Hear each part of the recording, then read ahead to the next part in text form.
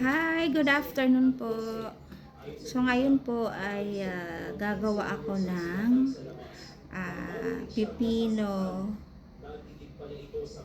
with apple salad. Kaya ito po ang mga ingredients. Apple at pipino na hiwa ko na po lahat. At meron pong kasamang kamatis at sibuyas. Ayan, nahiwa ko na rin po. At syempre po, hindi mawawala ang hiniwa rin na itlog. Nilaga po yan. At andito po ang mayonnaise. Nalalagyan natin ng calamansi juice. Yan. Ilagay na po natin sa mayonnaise. Yan. Then, lagyan po natin ng paminta. Yan, pampalasa. Yan po. Mas masarap medyo anghang unti. Yan po. Yan. Tapos, lalagyan po natin ng unting asin. Yan. May asin din po. At unting asukal. Yan. Unting asukal po para maglaban yung alat at tamis na may unting asin.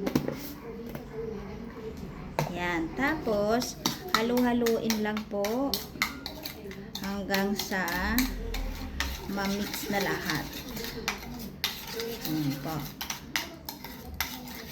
Yan.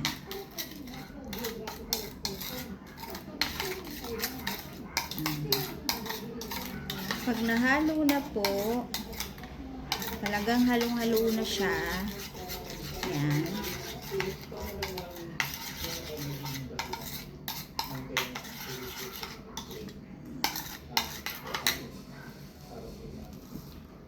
Kunin na po ang lalagyan. Ayan. Diba? Ang laki ng lagayan ko. So, lagay na po ang ating pipino. Kasabay na po ang apple. Ayan. Kasi, paghahalo-haloin lang naman po ito. Ayan. Then, next na po natin ang kamatis. Yan. At ang sibuyas. Yan. Yan po. Then, ilagay na po natin ang mayonnaise na marami ng nilagay na sangkap para mas maging masarap. Yan.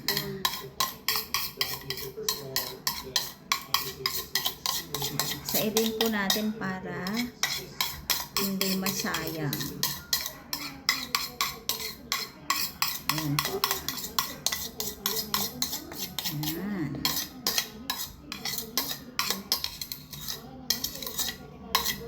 Pag nailagay na po, ayan na.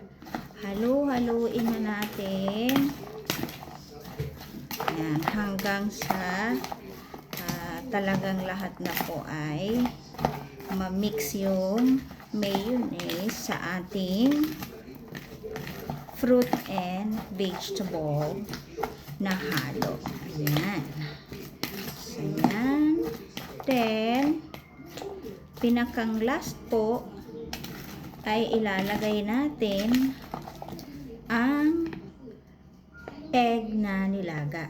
Yan, para po siya yung makita na parang pang toppings sa ibabaw at nagpapasarap sa ating salad.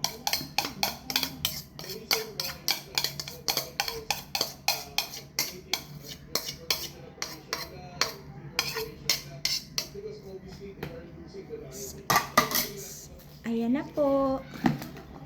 Halo-haloin na lang natin. Ayan. Meron na po tayo healthy fruit and vegetable salad. Yan. So, let's eat na po. Bye-bye.